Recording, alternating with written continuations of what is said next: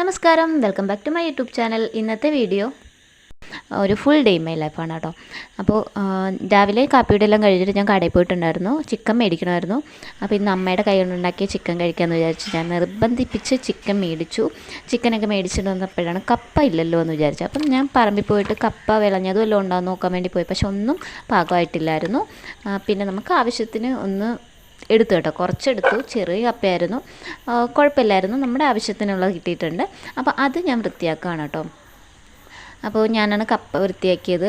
കപ്പ എന്താണ് മണ്ണിൻ്റെ അടിയിൽ നിന്നൊക്കെ തോണ്ടിയെടുത്തതൊക്കെ ഞാനാണ് കേട്ടോ. അത് കഴിഞ്ഞ് കപ്പയെല്ലാം വൃത്തിയാക്കി. അപ്പോൾ 2-3 തവണ കഴുകി കേട്ടോ, നിറച്ച് മണ്ണുണ്ടായിരുന്നു. അപ്പോൾ നന്നായിട്ട് വൃത്തിയാക്കിയതിന് ശേഷം ഞാൻ അകത്ത് നിന്നപ്പോഴും അമ്മ പറയാണ് ചിക്കനും കൂടി ഒന്ന് വാഷ് ചെയ്തെടുത്തുകൊണ്ട് വരുമെന്ന്. പിന്നെ ഞാൻ ചിക്കനും കൂടി ഒന്ന് കഴുകി കൊടുക്കാമെന്ന് വിചാരിച്ച്, പാവല്ലേ. അപ്പോൾ അമ്മ നമ്മുടെ ചിക്കൻ കറി വയ്ക്കാനുള്ള സവോളയൊക്കെ റെഡിയാക്കിക്കൊണ്ടിരിക്കുകയായിരുന്നു. ഞാൻ ചിക്കൻ അത് വൃത്തിയാക്കി കൊടുത്തു.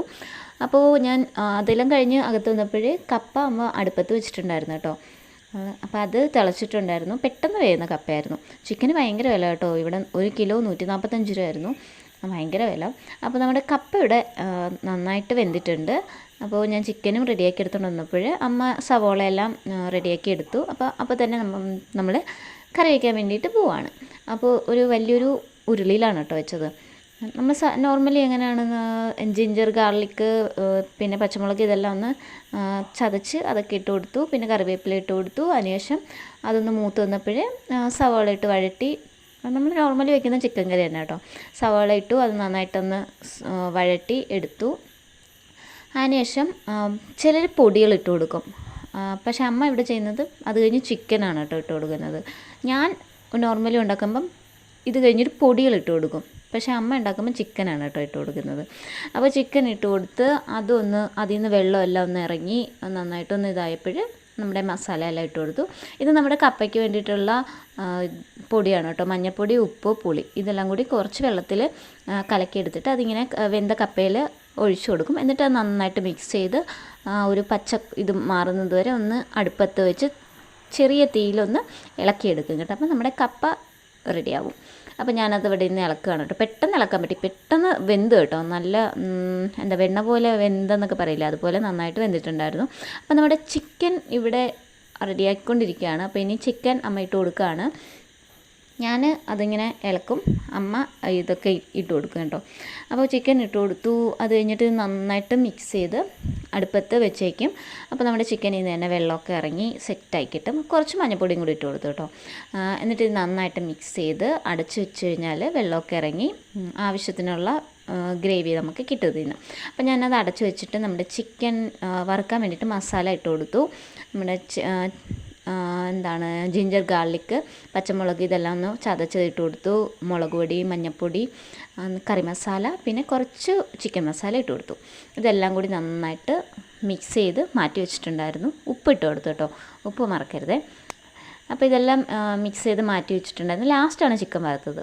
അപ്പോൾ നമ്മുടെ ചിക്കനിൽ നിന്നുള്ള വെള്ളമെല്ലാം ഇറങ്ങി ചിക്കൻ ഇവിടെ ഏകദേശം ഒരു പകുതിയോളം വെന്തിട്ടുണ്ടായിരുന്നു. അപ്പോൾ നമ്മൾ മസാല എല്ലാം ഇട്ട് കൊടുത്തു. മുളക് പൊടി, മല്ലിപ്പൊടി, പിന്നെ നമ്മുടെ ചിക്കൻ മസാല ഇതെല്ലാം കൂടി കുറച്ച് വെള്ളത്തിൽ മിക്സ് ചെയ്തിട്ട് അതിലേക്ക് ഒഴിച്ചു കൊടുത്ത് നന്നായിട്ട് മിക്സ് ചെയ്ത് മൂടി വെച്ച് കഴിഞ്ഞാൽ നമ്മുടെ വെള്ളം ഉണ്ടോ എന്ന് നോക്കിയിട്ട് ആവശ്യത്തിന് വെള്ളം കൂടി ഒഴിച്ച് കഴിഞ്ഞാൽ നമ്മുടെ ചിക്കൻ കറി റെഡിയാവും. ആ ഒരു സൈഡിലിരുന്ന് അത് റെഡി ആയിക്കോളും.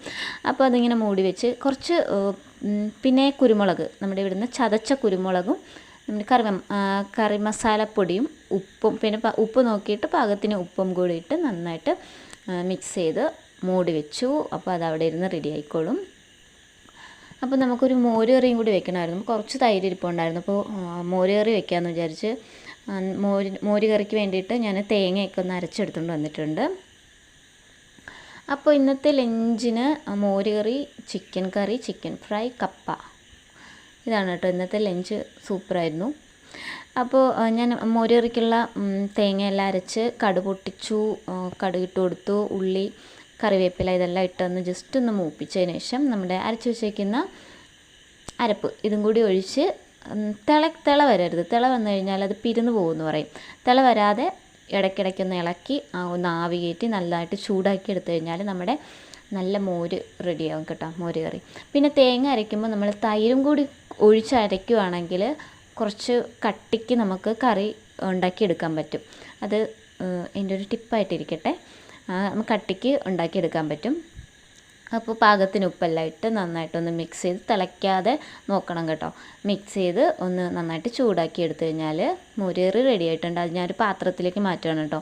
ആ ചട്ടിയിൽ തന്നെ നമുക്ക് മീനല്ല, നമ്മുടെ ചിക്കൻ വറുക്കാൻ വേണ്ടിയിട്ടാണ്.